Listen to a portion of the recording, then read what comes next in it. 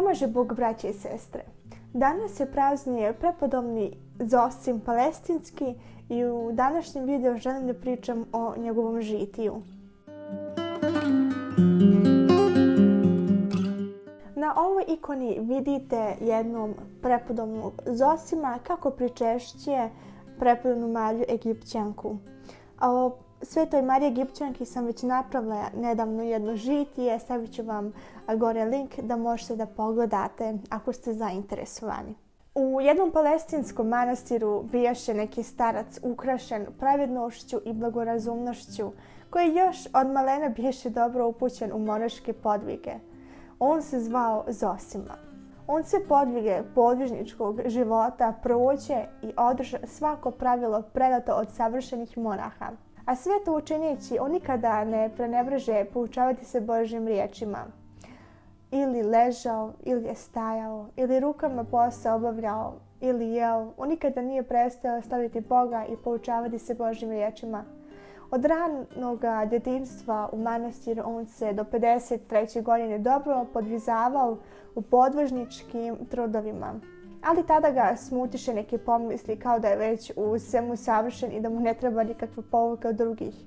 I mišlju govaraše u sebi, postoji li na zemlji monah koji bi mi mogao koristiti i ukazati mi da na neki podvig koji ja nisam izvršio. Dok je on to tako pomišljao, javi mu se anđeo i reče mu: "O Zosimo, dobro si se podvizavao, koliko ti je bilo moguće kao čovjeku. Dobro si tečenje podvižničko prošao, ali među ljudima nema ni jednoga koji bi pokazao da je savršen. Ima već podvig od toga što si ti prošao, ali ga ti ne znaš.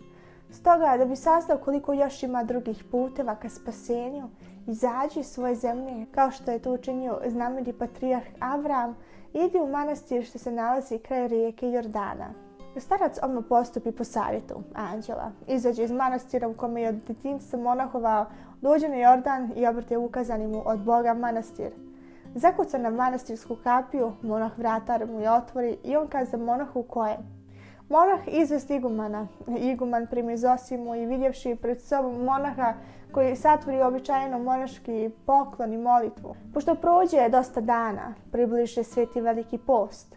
Postojao je sljedeći običaj u ovome manastiru. Prve nedelje Velikog posta prezviter je služio svetu liturgiju na kojoj su se svi pričešćivali prečistim tijelom i krvlju Hrista Boga našeg. Potom su pomalo jeli. Onda su se opet sabirali u crkvu, tvorili usrednu molitvu i mnoge poklone. Cijelivali jedan drugog i svaki je pred igumanom činio poklon prosjeći da od njega blagoslov i molitvu za predstojeći podvig. Poslije toga se kapija manastirska otvarala i svi izlazili u pustinju, pjevajući zajedno cijel 26. psalam. U manastiru je ostao jedan ili dva brata, ne da čuvaju unutrašnju imovinu, jer lopovi nisu imali šta da ukradu, nego da crkva ne ostane bez bogosluženja. I onda su prelazili rijeku Jordan. Svaki je sa sobom nosio hrane koliko je mogao i htio prema svojoj tjelesnoj potrebi. Jedan je nosio malo hljeba, drugi smokve, treći urme, četvrti raskvašeno osočivo, a peti ništa, samo tijelo svoje i na njemu odjeću. Ovi što nisu nosili ništa od hrane, ako bi ih potreba tijela primoravala, hranili su se zeljem što raste u pustinji. Prešavši Jordan, oni su se razilazili daleko jedan od drugoga i nisu znali kako se ko posti ili kako se podvizava. Ako bi slučajno ugledao drugoga, odmah se uklanjao na suprotnu stranu i svaki provođaše vrijeme u neprestanoj molitvi i vrlo malo uzimahu hrane u određeno vrijeme.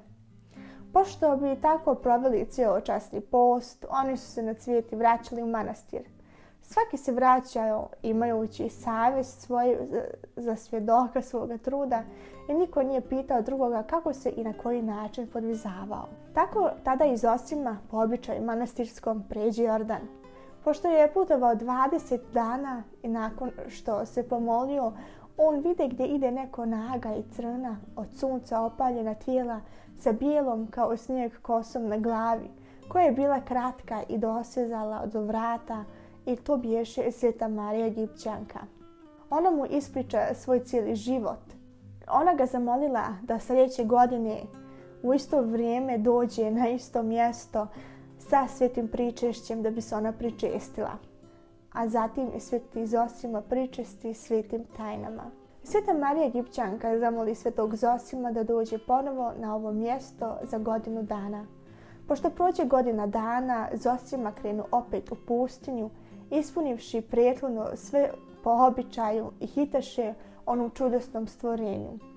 Tako se moleći, on stiže do potoka i zastavši kraj njega na istočnoj strani vide prepodobnu gdje leži mrtva sa prekrštenim rukama na grudima i sa licem okrenutim istoku.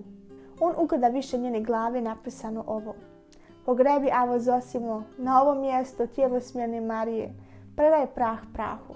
Moli Gospoda za mene, predstavila sam se 1. aprila u samu noć spasonosnog stradanja Hristovog po pričešću božanstvenim tajnama.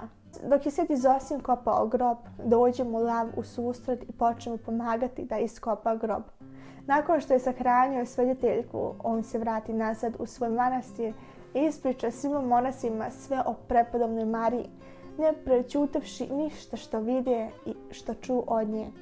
I svi se divljahu slušajući velika djela Božija. Kada bi sveti Zosim 100 godina, upokojio se u Gospodu 523. godine.